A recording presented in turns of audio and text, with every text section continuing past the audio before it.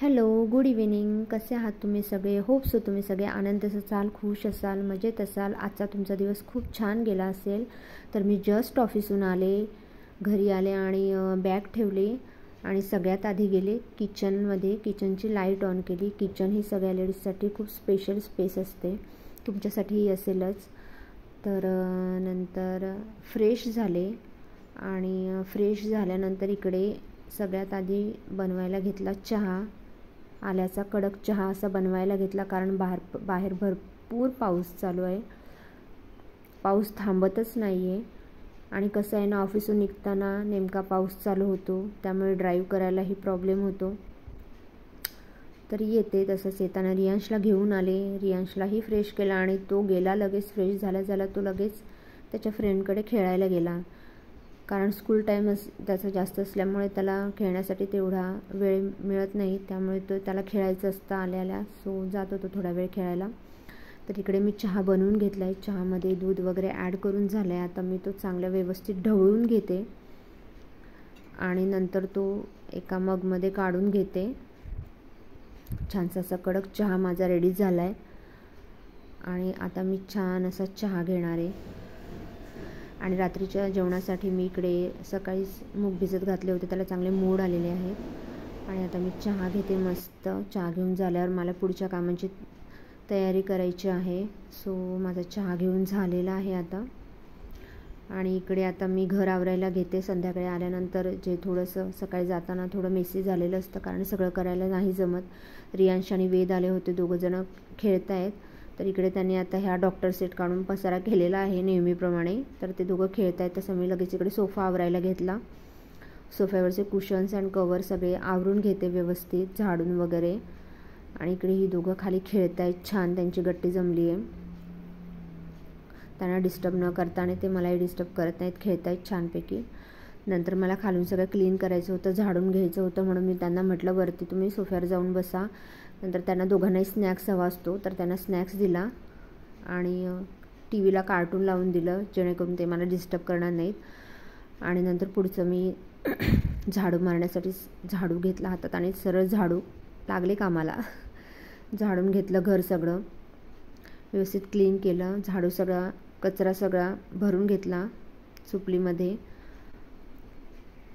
आणि आता सगळं हे क्लीन झालेलं आहे. ती दोघं टी व्ही बघत आहेत. तसं मी लगेच संध्याकाळची सकाळी जाताना ऑफिसला जाताना जी थोडी भांडी पडलेली असतात ना सकाळी, कारण सकाळी खूप घाई होते, सगळं काही आवरायला नाही मिळत. इकडे भांडी घासायला घेतली, पटापट आवरून घेतली धुवून.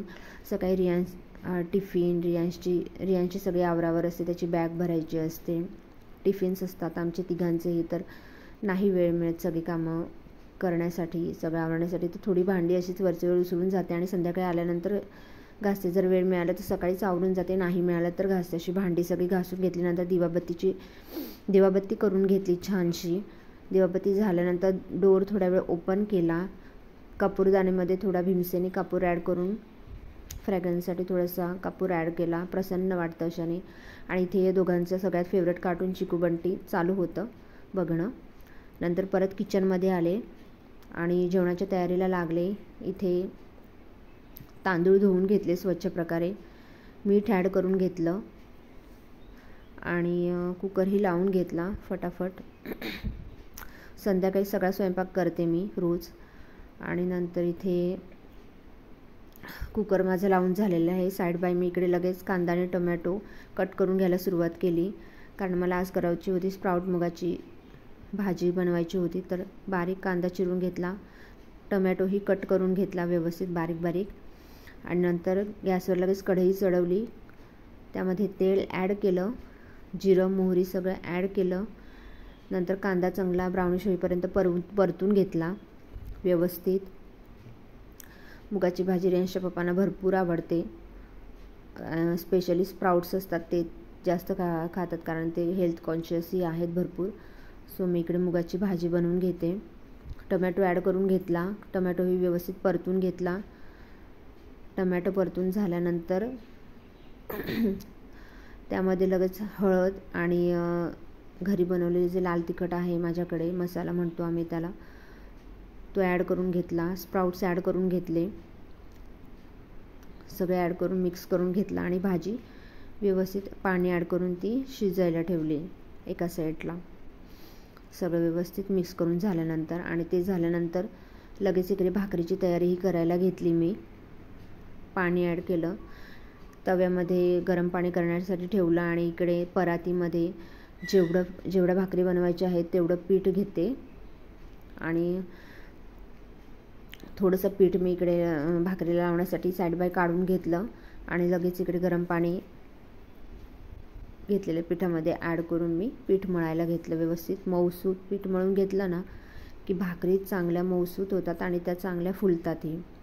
आणि फुललेल्या भाकरी खाण्यासाठी खूप छान वाटतं, खूप चांगलं वाटतं. असं मऊ मऊ भाकरी खायला खूप आवडतात घरात सगळ्यांना आणि रियांशच्या पप्पांना तशीच भाकरी आवडते. रियांशलाही तशीच आवडते मऊ भाकरी, म्हणून मग इकडे लगेच भाकरी मऊ मऊ बनवून घेतल्या मी.